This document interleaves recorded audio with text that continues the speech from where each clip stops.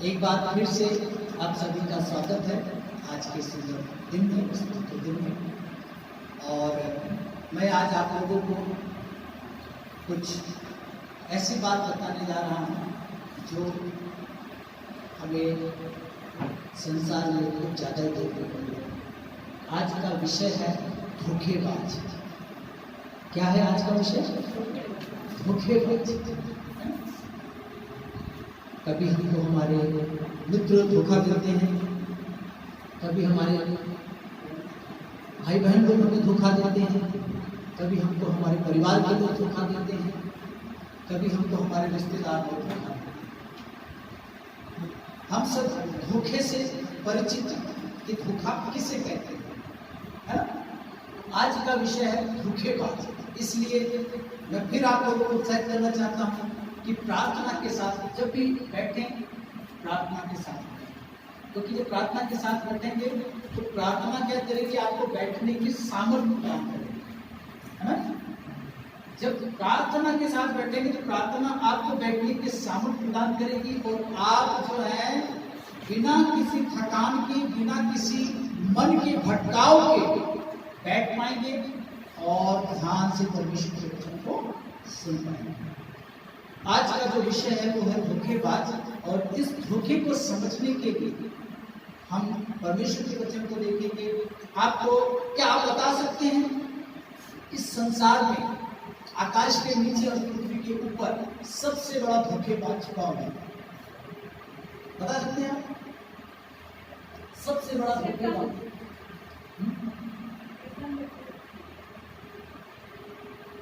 बोलिए। एक तो बोल दिया, अब आपका क्या विचार है? सबसे बड़ा धोखेबाज कौन है?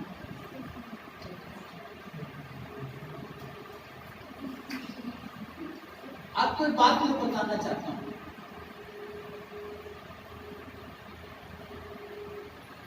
जैसा कि ग्लोरी ने भी शैतान ने कहा, लेकिन मैं शैतान को कुछ नहीं समझता। आप शैतान को कुछ समझते होंगे, मैं उसको बिल्कुल नहीं गांठता। मेरी भाषा में क्या बोलते? गांठना। मैं उसको बिल्कुल नहीं मानता, उसको महत्व नहीं देता। क्यों? क्योंकि शैतान। आपको मैं बताना चाहता हूँ, छोटा सा एग्जाम्पल। हमारे घर के बाहर बहुत सारे कुत्ते हैं, आपने भी देखा होगा। छोटे छोटे बच्चे भी हैं, कुत्ता भी है, दोनों हैं।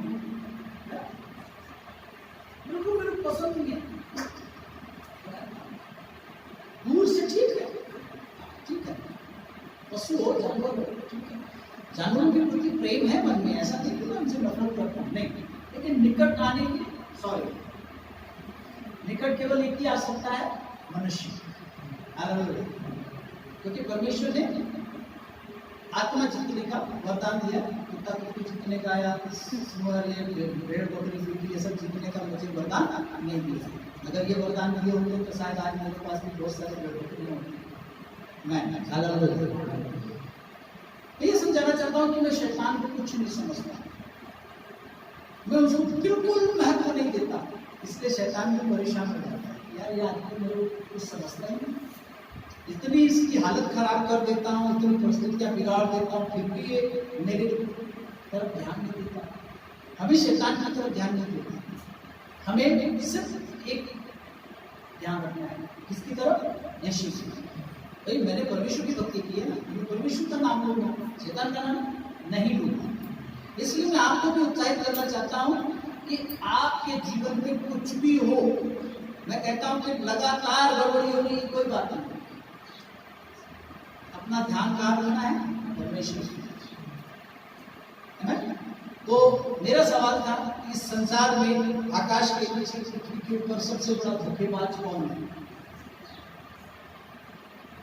मैं फिर पूछूं, बताइए।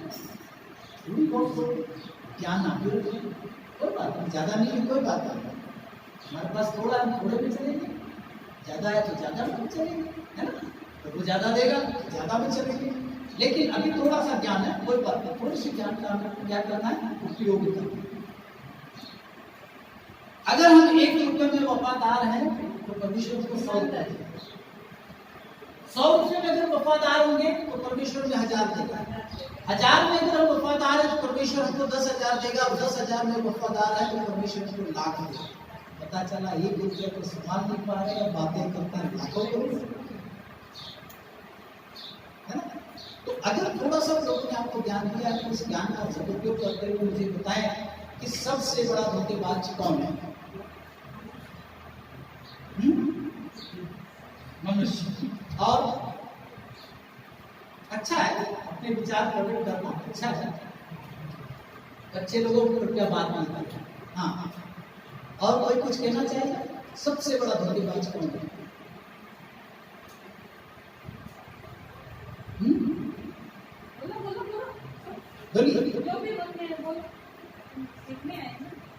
ठीक है, बाइबल को लिए यिर्मयाह नबी की पुस्तक उसका 17 अध्याय पेज नंबर 909।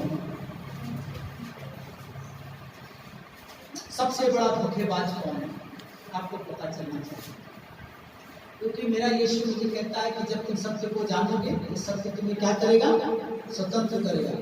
अभी हम अंधकार, अज्ञानता के अंधकार में क्या है? डूबे हुए हैं। अभी तक हो सकता है हम में से कई लोग 10 पढ़े हो, 12 पढ़े हो, बीए पढ़े हो, है ना, लेकिन कहीं ना कहीं उस ज्ञान से हम वंचित हैं। किस ज्ञान से? उस ज्ञान से जो परमेश्वर का है। हालेलुया। हमें संसार के ज्ञान से नहीं, लेकिन हमें परमेश्वर के ज्ञान से क्या होना है? परिचित होना है। यिर्मयाह नबी की पुस्तक उसका 17 अध्याय मिल गया? 9वां वचन पढ़िए। उसमें असत्य रोग लगा है, उसका भेद कौन समझ सकता है? मैं समझ में आया? चलो, सबसे बड़ा धोखेबाज कौन है? मन। आपका मन। सबसे बड़ा धोखेबाज कौन है? आपका मन। बाइबल कह रही है, ये मैं नहीं कह रहा। क्या कह रहा है? मन तो सब वस्तुओं से अधिक धोखा देने वाला होता है। सभी वस्तुओं से अधिक धोखा देने वाला। सबसे ज्यादा धोखा कौन देता है? मन। और वचन कहता है उसमें असाध्य रोग लगा है। असाध्य रोग का मतलब होता है जो कभी भी ठीक नहीं होने वाली बीमारी। ऐसी बीमारी जो कभी ठीक नहीं हो सकती, असाध्य, कभी ठीक नहीं हो सकती, ऐसा रोग किसको लगा है? मन को लगा है।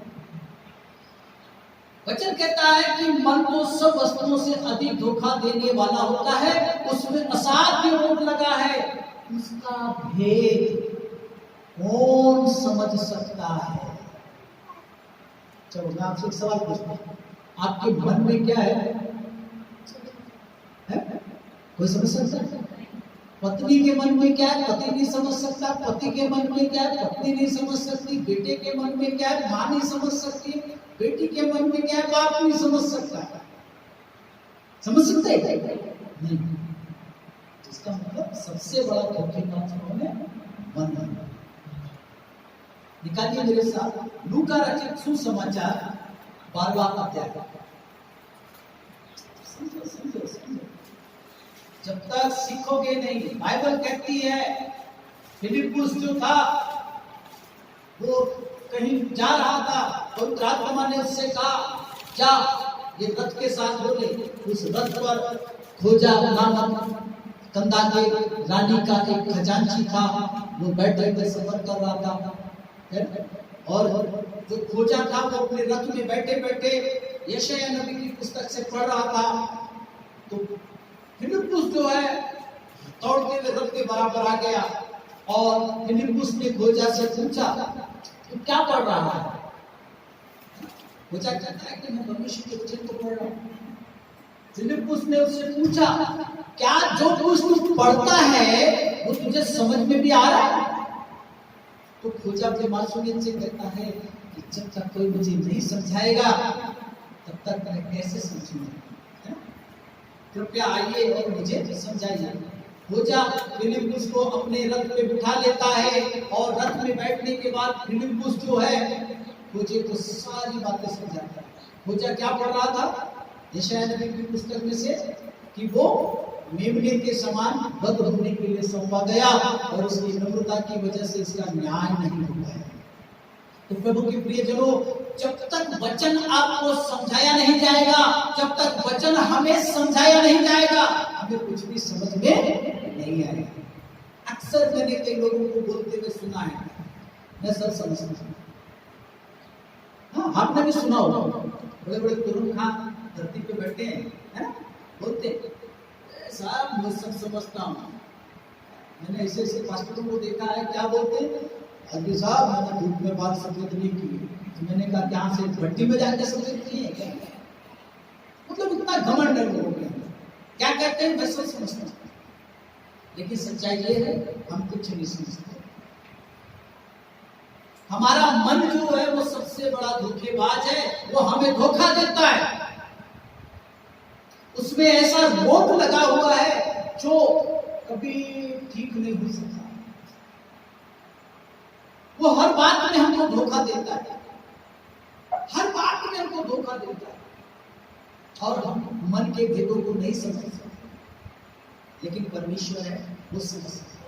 पढ़िए मेरे साथ लूका उसका 12 अध्याय 16 से लेकर 21 तक। उसने उससे एक दृष्टांत कहा, किसी धनवान की भूमि में बड़ी उपज हुई।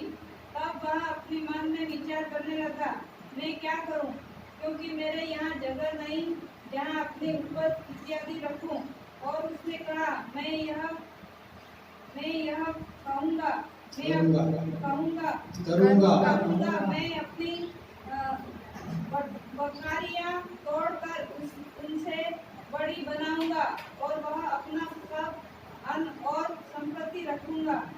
मैं और अपने प्राण से कहूंगा कि प्राण तेरे पास बहुत वर्षों के लिए बहुत संपत्ति रखी है, चैन कर खा पी सुख से रह। परंतु परमेश्वर ने उससे कहा, हे मूर्ख, इसी रात तेरा प्राण तुझ से ले लिया जाएगा। तब जो कुछ तूने इकट्ठा किया है वह किसका होगा? ऐसा ही वह मनुष्य भी है।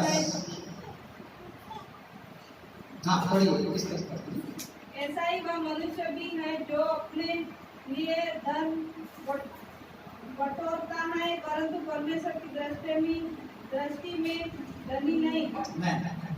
क्या लिखा है? एक आदमी जिसके खेत में बहुत सारी फसल पैदा हुई, कैसी फसल पैदा हुई? बहुत सारी पैदावार हो गई, बड़ा खुश हो जाता, खेत गेहूं खाइए हमारे तो, है ना, भी हम लोग खुश है ना, गेहूं काट के, है ना, वो भी काटा, लेकिन वो आपसे ज्यादा खुश था। क्यों? बखे गेहूं खाओ, पतार गेहूं खाएंगे, है ना, 40 किलो बोया था और कितना काटा? 100 बोरी काटने के बाप रे, पता नहीं कैसे काटा मालूम नहीं, लेकिन बहुत सारी पैदावार हुई। अब वो विचार करने लग गया। क्या करने लग गया? विचार। और विचार कहाँ किया जाता है? मन में। वो मन में विचार करने लगा, वो सोचने लगा कि इतनी सारे अनाज मैंने पैदा कर लिया, अब मैं इसको कहाँ रखूं, क्योंकि मेरे पास जगह नहीं है। अब वो विचार कर रहा है कि मैं इतना सारा अनाज कहाँ रखूंगा। फिर वो अपने मन से कह रहा है, देखो किससे कह रहा है? मन से। हम भी अपने मन से ही कहते हैं। हेलो, सावधान हो जाओ। हमारी समस्याओं का जो मूल कारण है ना, वो ये है, हम परमेश्वर से नहीं कहते। हम परमेश्वर से नहीं कहते कि प्रभु मैं बीमार हूं, मेरी बीमारी को दूर करो। हम परमेश्वर से नहीं कहते कि हे पिता, मेरा स्कूल का एग्जाम निकट है और मैंने कुछ भी पढ़ाई नहीं की है, कृपया मेरी मदद करें। हम परमेश्वर से नहीं कहते, प्रभु मुझे काम धंधा नहीं है, नौकरी नहीं है, मुझे काम धंधा दे। हम परमेश्वर से नहीं कहते, हम किससे कहते हैं? अपने मन से कहते हैं। ये किसान जिसकी ढेर सारी फसल हुई, वो फसल प्राप्त करने के बाद विचार कर रहा है कि मैं अपनी फसल को कहां रखूं। फिर उसने अपने मन से कहा, क्या कहा? उसने अपने मन से कहा, क्या कहा? कि मैं अपनी बखारियां तोड़कर, अपने इस छोटे से मकान को तोड़कर और बड़ा बना लूंगा। मैं अपने छोटे से मकान को तोड़कर क्या करूंगा? बड़ा बनाऊंगा और उसमें सारी उपज रखूंगा। पहले उसने अपने मन से कहा और दूसरा उसने किससे कहा? अपने प्राण से कहा। क्या कहा? हे मेरे प्राण, तेरे पास बहुत वर्षों के लिए संपत्ति रखी है, चैन कर, खा पी, सुख से रहे। पहले वो मन से कह रहा है, हम सब ऐसे, हम पहले किससे कहते हैं? अपने मन से कहते हैं। उसके बाद हम किससे कहते हैं? अपने प्राण से कहते हैं। मेरे बांसवाड़ा में ऐसे बहुत सारे मित्र हैं जिनके बैंक अकाउंट में आज तारीख में करोड़ों रुपए, लेकिन उनसे 100 रुपया मांगो तो वो देने वाले नहीं है। हेलो, समझ में आ रहा है? करोड़ों रुपए है, लेकिन 100 रुपये मांगोगे ना तो नहीं देंगे। अब उनकी मैं बात कर रहा हूं, मैं उनका नाम नहीं लूंगा, लेकिन मैं उनकी बात कर रहा हूं। उनके पास करोड़ों रुपए है, लाखों की संपत्तियां हैं, लेकिन क्या है? पूरा परिवार बीमार है। क्या है? पूरा परिवार है, एक अकेला व्यक्ति नहीं। आज वो मेरा मित्र भी बीमार है, उसकी पत्नी भी बीमार है, उसका बेटा भी बीमार है। बेटी का और बहू का नहीं मालूम मुझे, इसलिए मैं बेटी बहू की बात नहीं करूंगा, लेकिन 3 लोगों की खबर मेरे पास है। पति, पत्नी और बेटा, तीनों बीमार है। एक हफ्ते में डॉक्टर को कितना देते हैं मालूम है? 50,000 हर हफ्ते, मतलब महीने के कितने हो गए? 2 लाख रुपए। सोचो कितनी बड़ी गंभीर बीमारी होगी, कितनी बड़ी समस्या होगी। उपज पैदा की, कमाई की, धन संपत्ति बटोर लिया, लेकिन किसी का भला किया नहीं। किसी दुखी, लाचार, हताश, निराश व्यक्ति को मदद की नहीं। क्या कह रहा है? कि मैं अपनी संपत्ति को रखूंगा, अपनी उपज को रखूंगा। कहां रखूंगा? तो चिंता कर रहा है कि मैं कहां रखूंगा। वो कहता है कि मैं अपने छोटे से मकान में अपनी बखारियां को तोड़कर और बड़ी बखारियां बनाऊंगा, और वो बनाता है। अपने मन से कहता है कि मैं बड़ा गोदाम बनाऊंगा, और फिर अपने प्राण से कहता है कि तेरे पास खाने के लिए, पीने के लिए, पहनने के लिए बहुत सारी संपत्ति है, सुख भोगने के लिए बहुत सारी संपत्ति है। अपने प्राण से कहता है, हे मेरे प्राण, खा पी और चैन कर और सुख से रह। ये तो हो गई बात मन की, लेकिन परमेश्वर क्या कहता है? 20वां वचन, परंतु परमेश्वर ने उससे कहा, हे मूर्ख, इसी रात तेरा प्राण तुझसे ले लिया जाएगा। तब जो कुछ तूने इकट्ठा किया है वो किसका होगा?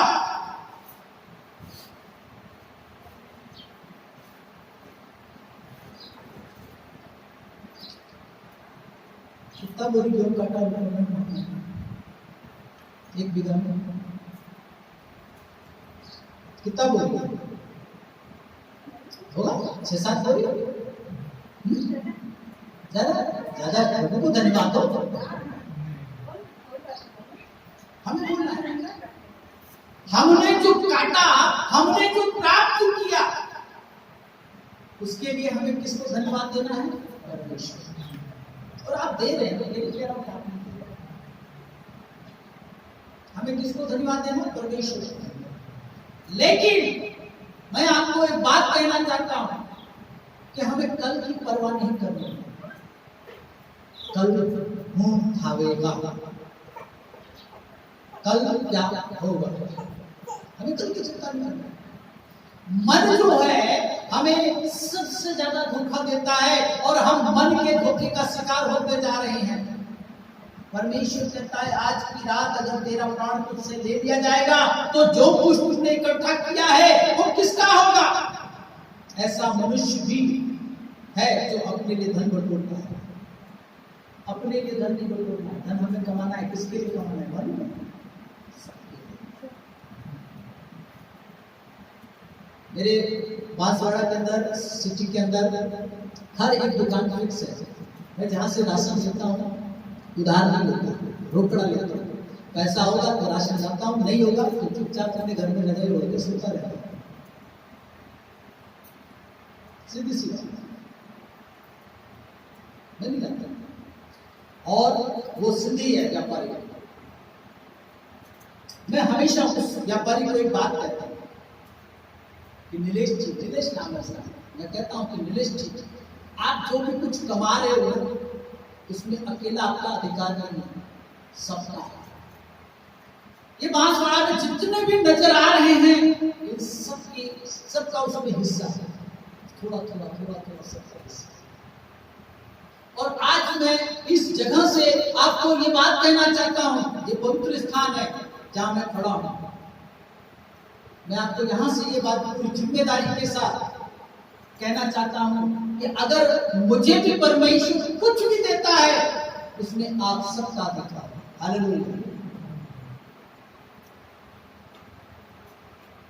आप जो कमा रहे हैं उसमें भी जितने भी नजर आ रहे हैं सबका हिस्सा है।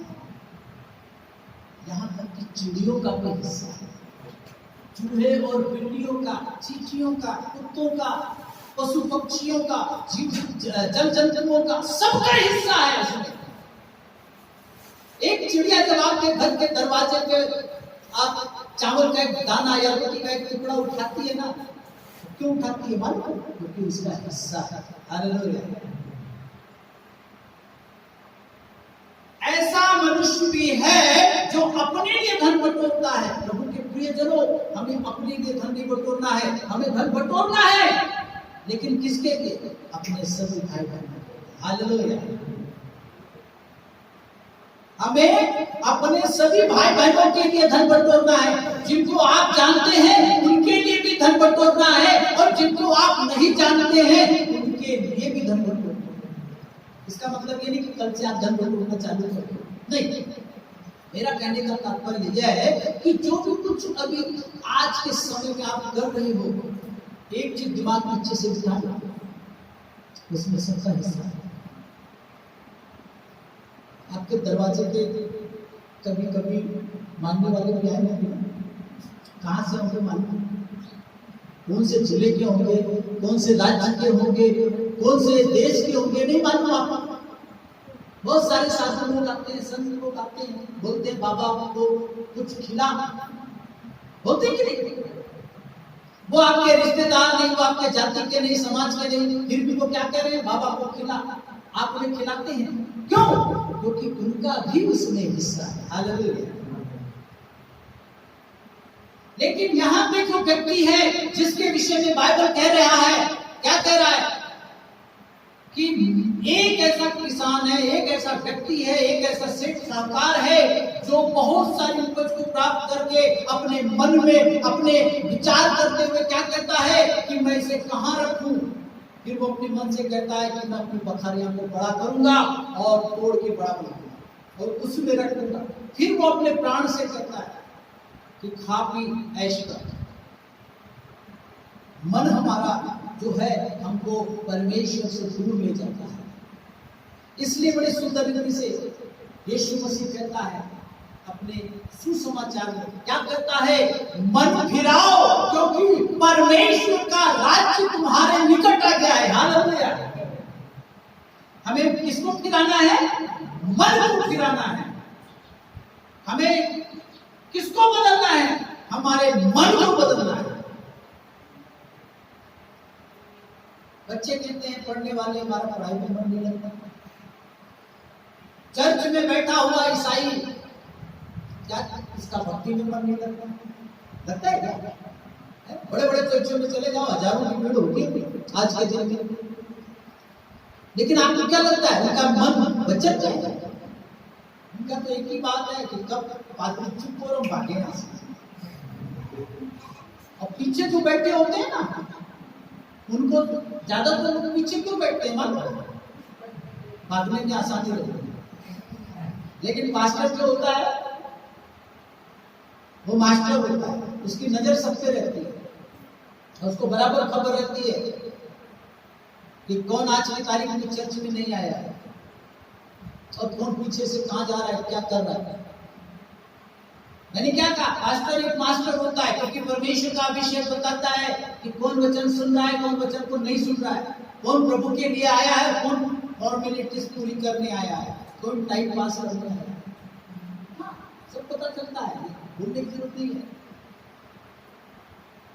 प्रभु के प्रिय जो, हमें इन बातों को समझना है, मन फिराना है, क्योंकि मन जो है सभी बातों में हमें क्या करता है? धोखा देता है। उसमें असाध्य रोग लगा हुआ है। उसमें क्या लगा है? असाध्य रोग लगा। आज हम क्या सोच रहे हैं? आज हम क्या सोचते हैं? टुडे, आज के दिन में, वर्तमान जो हम समय देख रहे हैं, आज हम क्या सोचते हैं उसके अनुसार हमारा न्याय होगा। बाइबल क्या कहती है? मन, आज का दिन यहोवा ने बनाया है, हम इसमें आनंदित हो, आनंदित हो। आज का दिन, आज के दिन में हम क्या सोचते हैं उसके अनुसार हमारा न्याय होगा। पहला कुरिन्थियों उसका 4वां अध्याय उसकी 5वीं आयत निकालिए। बाइबल फुर्ती से खोलने की आदत बनाइए। बाइबल को जब भी पकड़े, ऐसे पकड़े तो एक तुरंत पुस्तक खोलना चाहिए। पहला कुरिन्थियों उसका 4 और उसकी 5वीं आयत हम पढ़ेंगे। इसलिए जब तक प्रभु न आए, हाँ, समय से पहले किसी बात का न्याय न करो। हाँ, वही अंधकार की छिपी बातें ज्योति में दिखाएगा और मनों के अभिप्रायों को प्रकट करेगा। तब परमेश्वर की ओर से हर एक की प्रशंसा होगी। आमीन। मनों के अभिप्राय को प्रकट करेगा कौन? परमेश्वर। क्या लिखा है कि जब तक प्रभु ना आए, समय से पहले किसी का न्याय ना करो। हम पहले बोल देते हैं ना, बिना जाने, बिना सोचे, बिना समझे, अरे वो तो जबर खराब मन खा है, अरे वो तो जबर अच्छा मन खा है, पहले से बोल देते हैं। वचन क्या कह रहा है कि जब तक प्रभु ना आए तब तक किसी की बात का न्याय न करो, क्योंकि वही अंधकार की छिपी बातें ज्योति में दिखाएगा। मतलब आपके मनों की बातों को, आपके विचारों को कौन प्रकट करेगा? यीशु प्रकट करेगा। हालेलुया। क्या लिखा है? और मनों के अभिप्राय। अभिप्राय का मतलब क्या होता है? आप मन में क्या विचार कर रहे हैं, आप क्या सोचते हैं, आप क्या जानते हैं, आपके मन में क्या चल रहा है इस समय, वो सब जानता है और वो प्रकट करेगा। और जब वो प्रकट करेगा उसी के अनुसार आपका और मेरा न्याय होगा। हालेलुया। हमें मनों में, हमारा जो मन है, मन को लेकर के हमें क्या होना है? सतर्क होना, सावधान होना। क्योंकि मैं बार बार एक बात आपको याद दिलाना चाहता हूं, यीशु मसीह कहता है मन फिराओ क्योंकि स्वर्ग का राज्य निकट है। मन फिराओ क्योंकि परमेश्वर का राज्य तुम्हारे निकट है। भैया राज्य अगर निकट है तो राजा को आने में कितना टाइम लगेगा? हेलो, समझ में आ रहा है? अगर आप मान लीजिए किसी काम से कलेक्टर में गए,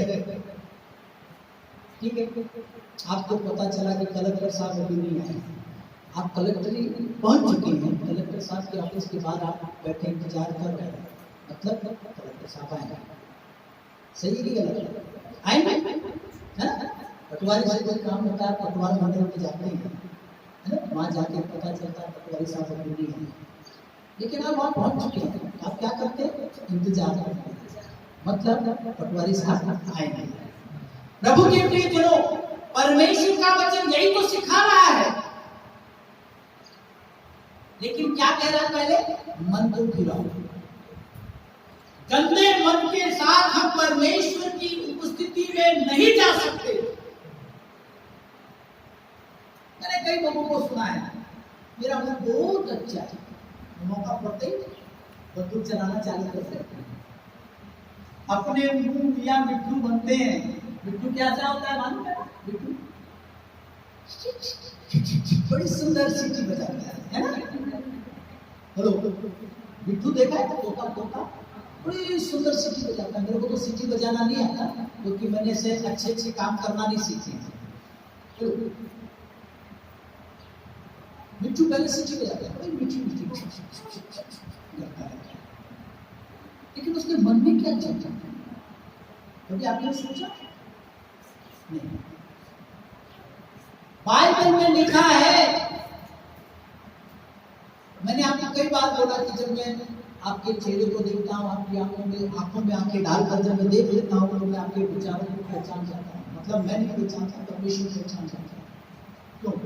क्योंकि बाइबल में लिखा है कि हमारे मन की जो प्रसन्नता होती है वो कहाँ झलकती है? चेहरे पर। आपका चेहरा जो है ना, वो आपके मन का आईना है। आपके मन में क्या है, आपका चेहरा बता देता है। हेलो, अक्सर लोग उड़ने लगते हैं, थोड़ी सी शिक्षा पा ली, थोड़ी सी पढ़ाई कर ली, थोड़ा सा पैसा मिल गया, अच्छी नौकरी मिल गई, अच्छा व्यापार हो गया, है ना, अच्छा मकान बना लिया, तो लोग क्या है, हवा में उड़ने लगते हैं। हवा में उड़ने का मतलब होता है फिर वो दूसरों को क्या कीड़ा मकोड़ा समझते हैं। मैं ऐसे कई लोगों को जानता हूँ, है ना, दूसरों को क्या समझते हैं? कीड़ा मकोड़ा समझते हैं। क्यों? मन गंदा है। क्या गंदा है? कोई अगर आपके साथ दुर्व्यवहार कर रहा है, कोई आपको अच्छा सम्मान नहीं देता, कोई आपको अगर प्यार नहीं करता है, इससे पता चलता है कि उसका मन गंदा है। क्या गंदा है? मन जो है सभी प्रकार की बुराइयों का स्रोत है, उसमें असाध्य रोग लगा है, इसलिए मन का चंगा किया जाना जरूरी है। और इसीलिए यीशु मसीह कहता है मन फिराओ, क्योंकि परमेश्वर का राज्य तुम्हारे लिए है। इसलिए परमेश्वर का वचन कहता है कि किसी का भी न्याय मत करो, जब तक परमेश्वर न्याय तब तक किसी का न्याय मत करो। लेकिन हम न्याय करने लग जाते हैं।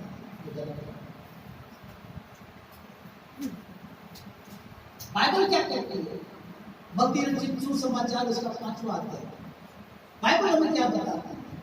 मैं बाइबल को प्राथमिकता देता हूं, मैं बाइबल की मानता हूं, बाइबल की सुनता हूं, और बाइबल से ही मैं आपसे बातचीत करूंगा। डोंट शाउट, चीखना चिल्लाना मना है।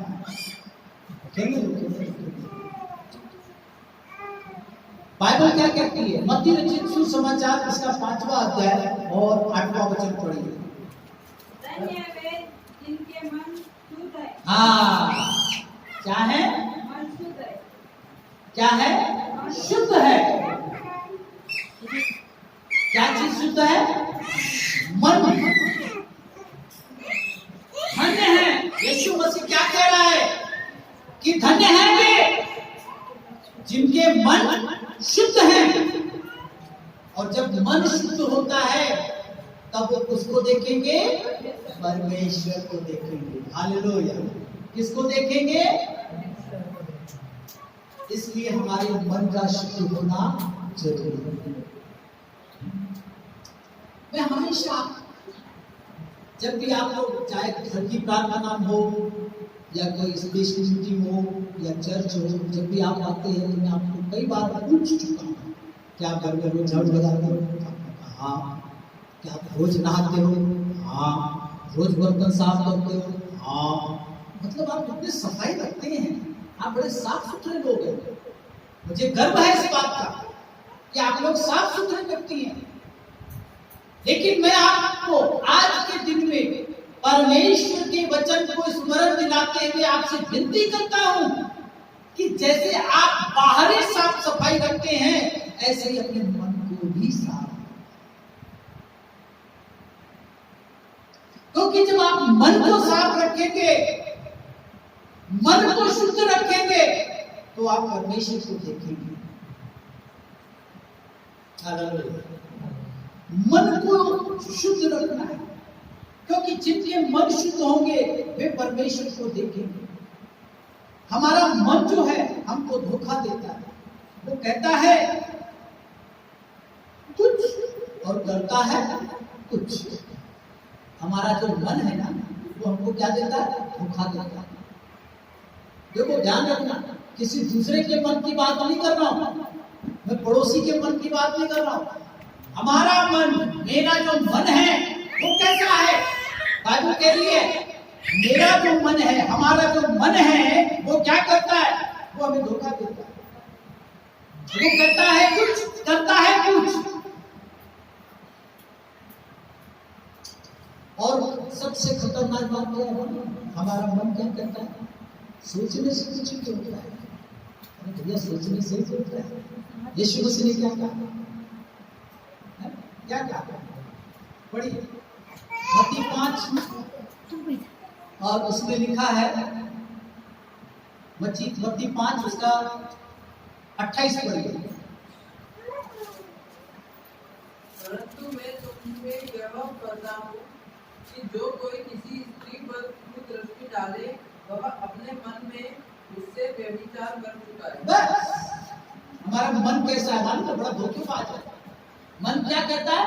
अरे सोचने से क्या फर्क पड़ता है, विचार करने से क्या फर्क पड़ता है? हूँ था, सोच लिया तो हूँ था। भैया सोचने से तो सारे गड़बड़ शुरू हो गए। मन में यीशु मसीह क्या कह रहा है वचन में कि कोई व्यक्ति अगर किसी स्त्री को गंदी नजर से देख लिया, मन में तो उसने गंदा काम कर दिया ना, शरीर से नहीं किया, लेकिन मन से उसने क्या किया? व्यभिचार कर लिया। मतलब इसका ये होता है हमारा मन हमको धोखा दे रहा है। वो कहता है कि सोचने से कुछ नहीं होता, सोचो, कुछ भी हो सोचो। और आप जब सोचते हैं तो किसी को पता थोड़ी चलेगा। तो मैंने क्या कहा? आपके मन में क्या है? आपका चेहरा बताता है।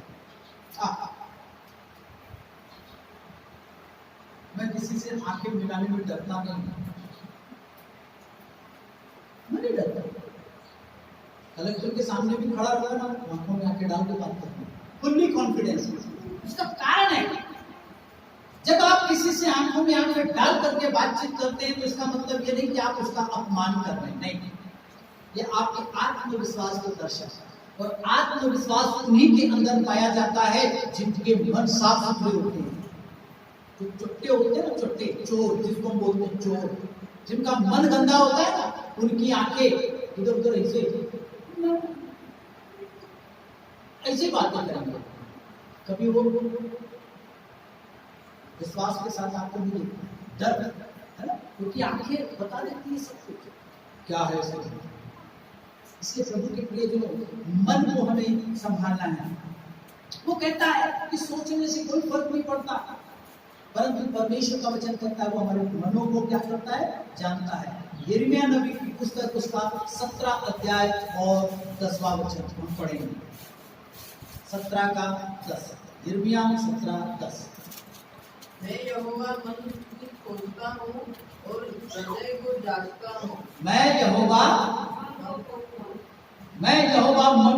मन की खोजता हूँ, मन की खोजता हूँ और हृदय को जांचता हूँ, ताकि प्रत्येक जन को उसकी चाल चलन के अनुसार अर्थात उसके कामों का फल हो। हम कहते हैं सोचने से सारी बुराई होती है। मैंने कितनी बार आप लोगों को बताया, मनुष्य की जो शुरुआत होती है वो कैसे होती है मालूम है? मनुष्य पहले सोचता है, मनुष्य पहले सोचता है, उसकी सोच जो है उसका कार्य बनती है।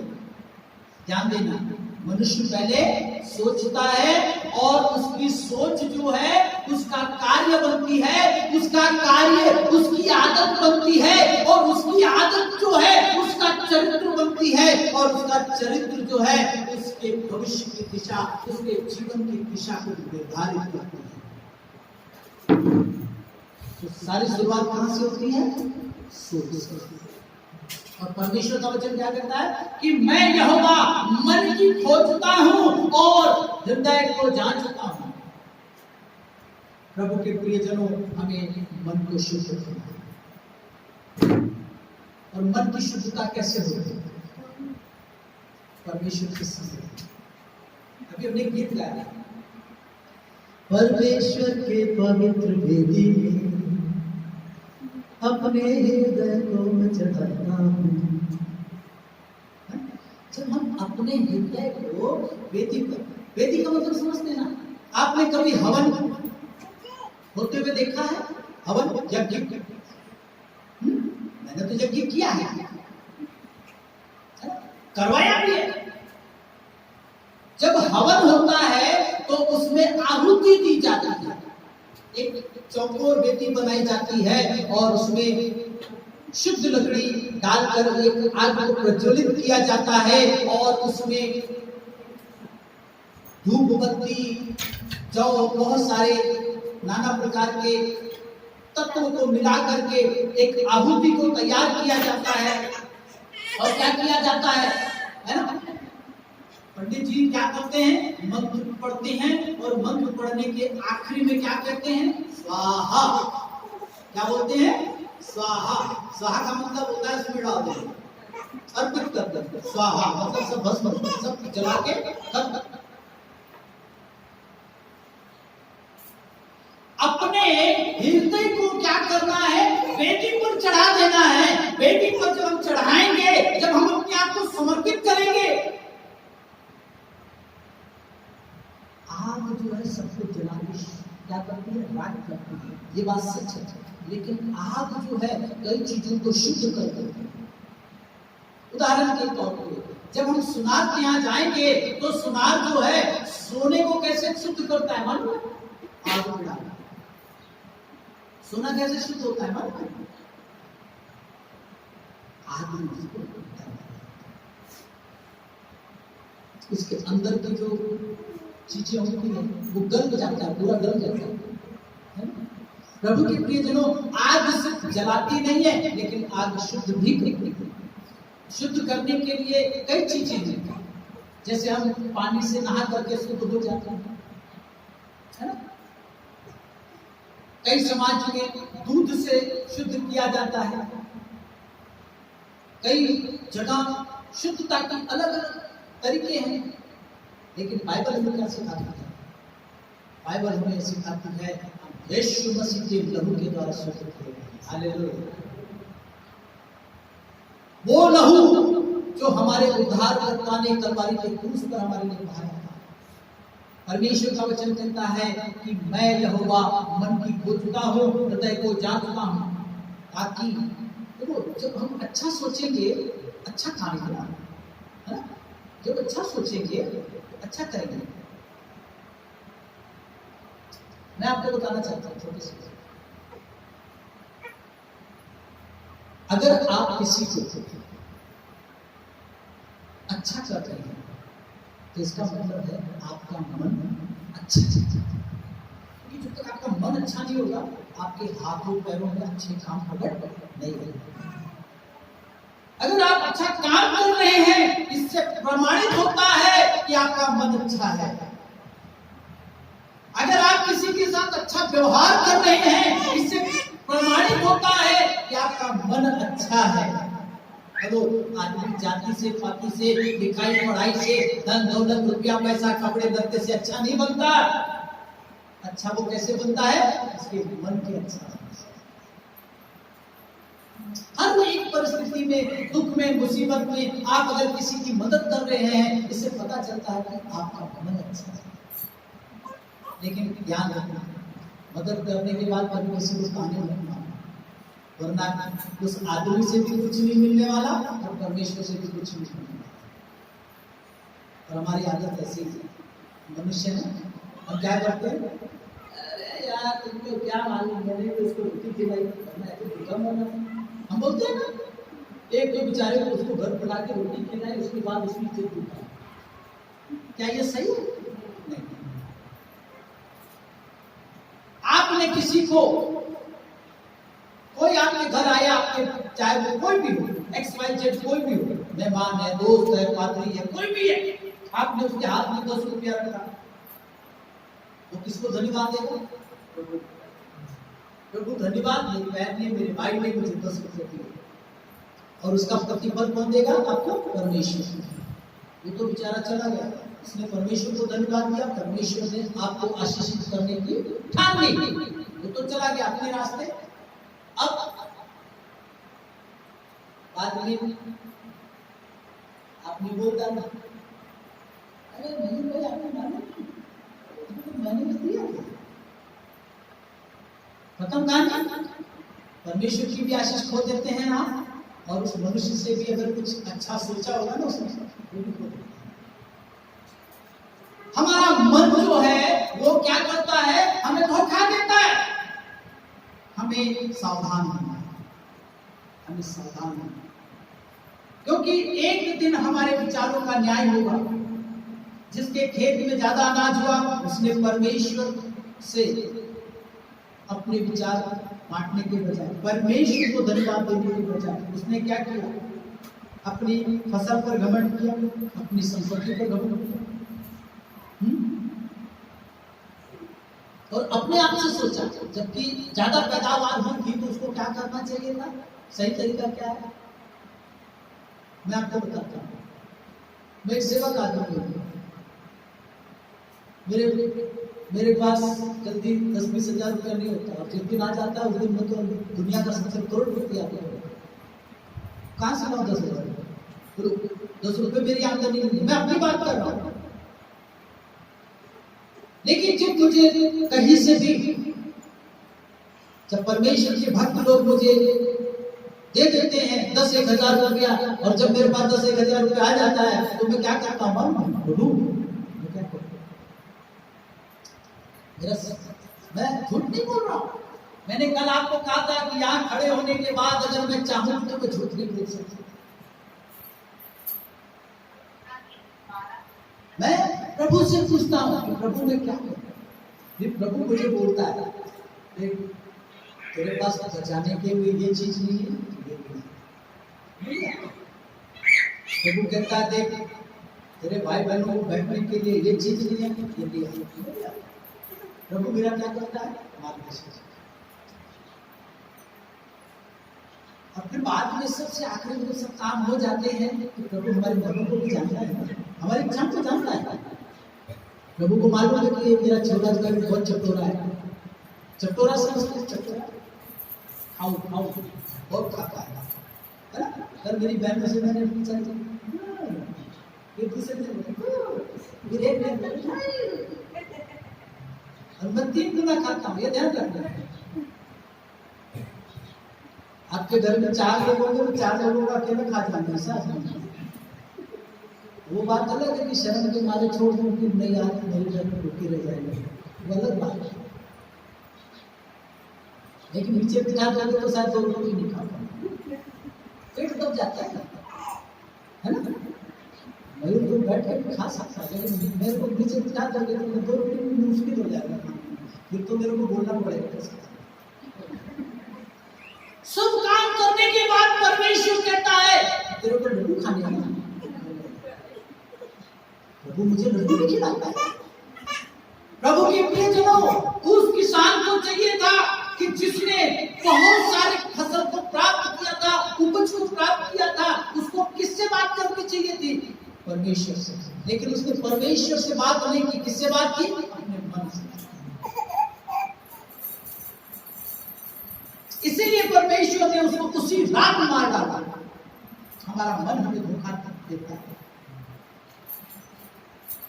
हमारा मन क्या है? हमारा मन हमको धोखा नहीं देना चाहिए। हमारा मन हमको धोखा नहीं देना चाहिए। क्यों? क्योंकि हमारा मन क्या है? परमेश्वर का मंदिर है। पहला कोरिन्थियों 3:16 निकालिए। नींद आए तो मुझे बता दो, जरूर जाऊंगा ताकि आप बाहर जाकर मुझे बोल के आ सकें। क्या तुम नहीं जानते हाँ, कि तुम परमेश्वर का मंदिर हो? हाँ, और परमेश्वर का आत्मा तुम में वास करता है। बस आपको मालूम होना चाहिए परमेश्वर का आत्मा कहाँ रहता है? हमारे अंदर। बाइबल कहती है, क्या तुम नहीं जानते कि तुम परमेश्वर का मंदिर हो और परमेश्वर का आत्मा तुम में वास करता है? अगर परमेश्वर का आत्मा अगर हमारे अंदर वास करता है तो हमारे विचार और परमेश्वर के विचार एक नहीं चलते।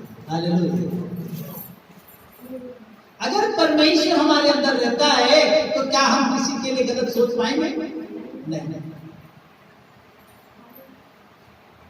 अगर आपने किसी की मदद की है, अगर आपने किसी की सहायता की है, अगर आपने किसी की सेवा की है, परमेश्वर का धन्यवाद। लेकिन आपने उसकी सहायता करने के बाद, उसकी सेवा करने के बाद, उसकी मदद करने के बाद आपने उसको ताने मार दिया, तो इसका मतलब आपका मन शुद्ध नहीं है। आपके अंदर वो परमेश्वर का आत्मा वास नहीं करता, क्योंकि परमेश्वर का आत्मा हमेशा क्या करता है? क्षमा करता है। मैं आपको बताना चाहता हूं, मैंने आपको बताया था कि 3 से 4 बार मेरा धन मुझसे लूट लिया गया। मैंने भी बताया था ना आपको, मैं भाड़े के मकान में रहता था। मेरा पतीली ले लिया, खाटला ले लिया, बेडशीट ले लिया, यहाँ तक कि पैंट बुशर्ट ले लिया। मेरे पहनने तक के कपड़े नहीं छोड़ के पूरी तरह से लूट लिया। मैंने किसी को बदला नहीं दिया। मैंने क्या कहा? प्रभु आपका आशीष। मैं सर झुका के वहां से चला गया। मैंने किसी भी मनुष्य से मदद नहीं मांगा। मैं बोल सकता था ना, समाज में लोगों को बोल सकता था ना कि भाई साहब, पड़ोसियों को बोल सकता था ना कि देखो ना ये काम मेरे साथ ऐसा कर रहा है, देखो ना ये भाई मेरे साथ ऐसा कर रहा है। तो क्या कोई भी मेरी मदद नहीं करता? सब सबके मदद। लेकिन मैंने मनुष्य से मदद नहीं मांगी, क्योंकि मनुष्य मदद करता तो वो उसको 4 बार फंसा सकते, उसको धमका सकते, उसको 2 थप्पड़ भी मार सकते थे। और एक सेवक होने के नाते ये मेरा काम नहीं है। मेरा सब कुछ लूट लिया गया, फिर भी मैंने क्या किया? मैंने परमेश्वर को धन्यवाद दिया और परमेश्वर में मैं विश्वास योग्य बना रहा। प्रभु ने मुझे दोबारा दे दिया। प्रभु के प्रियजनों, आप परमेश्वर का मंदिर है, परमेश्वर का आत्मा आपके अंदर वास करता है। इसलिए अपने मन को अशुद्ध न होने दें। मत्ती 5:8 में लिखा ना कि धन्य है वे जिनके मन शुद्ध है, क्योंकि वे परमेश्वर को देखेंगे। अगर हमारा मन शुद्ध होगा तो परमेश्वर का आत्मा हमारे अंदर वास करेगा और हमारे विचार और परमेश्वर के विचार अलग अलग हैं। लेकिन अपने विचारों को परमेश्वर के हाथों में सौंप दें। परमेश्वर को मालूम है कि आपको कब किस समय किन बातों की जरूरत है और क्या है। इसलिए मन के धोखे में न फंसे।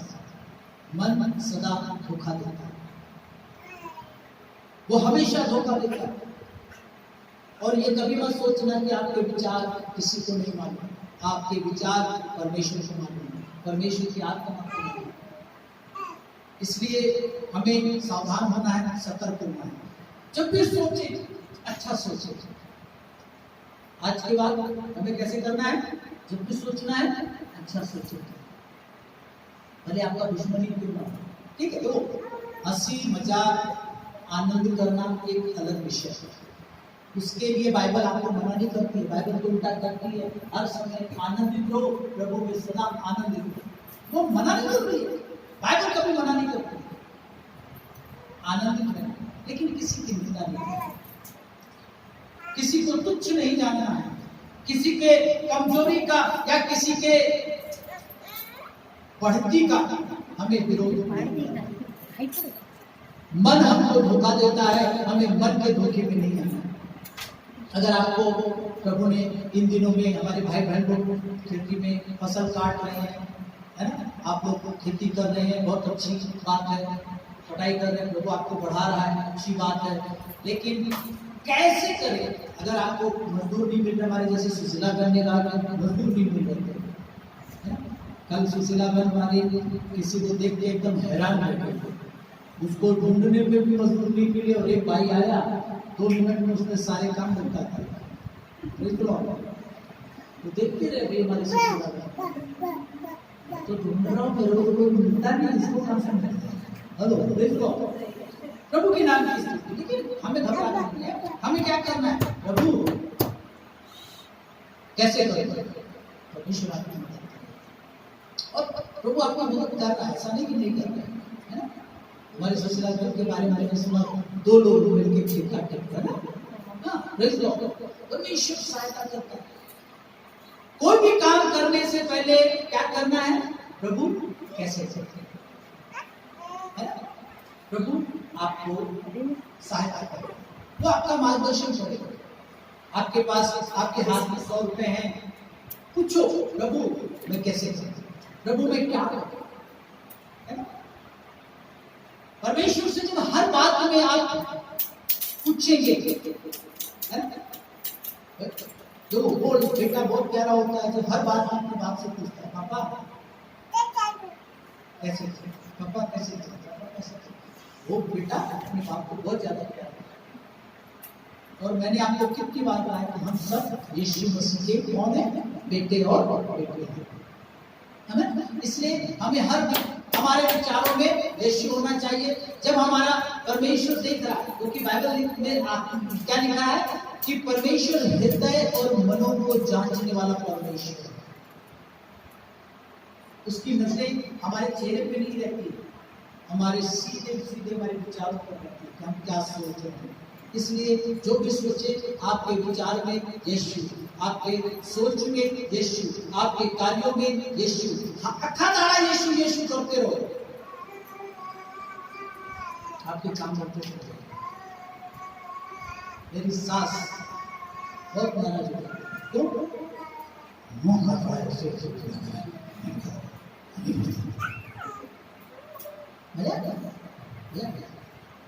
इसका मतलब वो यीशु से प्यार नहीं कर, कैसे वो मेरे को चिढ़ाता, मुंह खा रहा है यीशु से। मैंने कहा जिसकी वजह से तो मैं तुमको मिला, उसी का नाम नहीं लूंगा तो मेरा तुम्हारा लेना देना है ना। हमारा आपका रिश्ता किससे जुड़ा है? यीशु की वजह से। अगर यीशु को बीच से हटा दोगे तो मेरा आपका लेना देना है क्या? नहीं। हाँ, इसलिए हर समय यीशु, उसको ध्यान में रखें, उसको अपना केंद्र बना के चलें। एक गीत लिखने वाला कहता है, बना के निशाना क्रूस को अपना बढ़ता चला जाता। यीशु मसीह को अपने केंद्र बिंदु बनाए। क्रिश्चियन लोग कभी बिंदी भी लगाते, बिंदी क्यों लगाया जाता है मालूम? एकाग्रता के लिए, एकाग्रता के लिए हमारा ध्यान कभी भंग नहीं होना चाहिए। बिंदी का मतलब होता है यहाँ ये सेंटर पॉइंट है, यहाँ पे बाइबल में लिखा है, बाइबल में लिखा है कि तू मेरे वचनों को किसके समान, तिलक के समान यहाँ धारण करना। केंद्र, अब यहाँ देखने के लिए, अब देख पाओगे क्या? नहीं देख सकते, कैसे? नाक जरूर देख सकते हैं, नाक दिखाई देती है, देख देते हो? हाँ ना, उसको बोलो डर लग रहा है मेरे को, लेकिन हम यहाँ नहीं देख सकते, एकाग्रता के लिए हम यहाँ नहीं देख सकते। लेकिन मैं क्या कहना चाहता हूँ, हमारे केंद्र में हमारे क्या होना चाहिए? यीशु, अगर यीशु है सारे काम करते चले जाएंगे, कभी भी आपको दुखी होने की जरूरत नहीं है। आइए हम प्रार्थना करें। खुदा बाप धन्यवाद आपकी दया की कृपा के लिए। आज के दिन में आपने हमें हमारे मनों की दशा और मनों की बातों को, उसके विचारों को प्रकट करते हुए पिता आपने बताया कि हमारे विचारों में यीशु होना चाहिए, हमारे मनों में यीशु होना चाहिए, क्योंकि पिता मन जो है वो सारी बुराइयों का जड़ है, उसमें अशांति रोग लगे हैं। इसलिए पिता हमारी सहायता कर, मदद कर पिता, कि हम अपने मनों को शुद्ध करने वाले हो सकते हैं। पिता आप हमारे संग हैं, आप हमारे साथ हैं, इसलिए हम सब कुछ कर सकते हैं। पिता खुदाया बाप मेरे भाई बहनों की भी सहायता कर, मेरी भी सहायता कर कि हम मन फिराने वाले हो सकते हैं। हम जब भी सोचे अच्छा सोचे, जब भी करें अच्छा करें। हमारे मनों को जांचने वाले परमेश्वर, हम आपसे विनती करते हैं, सोते उठते बैठते जागते खाते पीते काम करते हर समय प्रभु हमारे विचारों में, हमारी सोच में आप आ जाइए, आप बस जाइए, ताकि पिता हम आपके महिमा का काम कर सकें, क्योंकि हम आपका पवित्र मंदिर है, आपका आत्मा हमारे अंदर वास करता है। और ये तभी संभव हो पाएगा जब हम शुद्धता में बढ़ेंगे।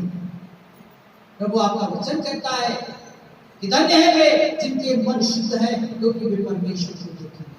अतः प्रभु हमारे मन को शुद्ध होने के लिए सहायता करें। धन्यवाद देता हूँ आपके सुंदर बच्चों को, जो भी कुछ पिता आपने हमारे हृदय में बोया है, यीशु नासरी के नाम में 100 गुना फल लाने वाला है। आगे के समय को आपके हाथ में सौंपते हैं। अंधकार की कोई भी ताकत हमारे हृदय में बोए गए हुए वचनों को, उन बीजों को चुराने में, लेकिन खुदा यीशु के नाम में सुरक्षित रहे और फल लाने वाला है। धन्यवाद आपकी दया और आपकी उपस्थिति के लिए, आपकी भलाई सारी बातों के लिए धन्यवाद देते हुए यीशु नासरी के नाम में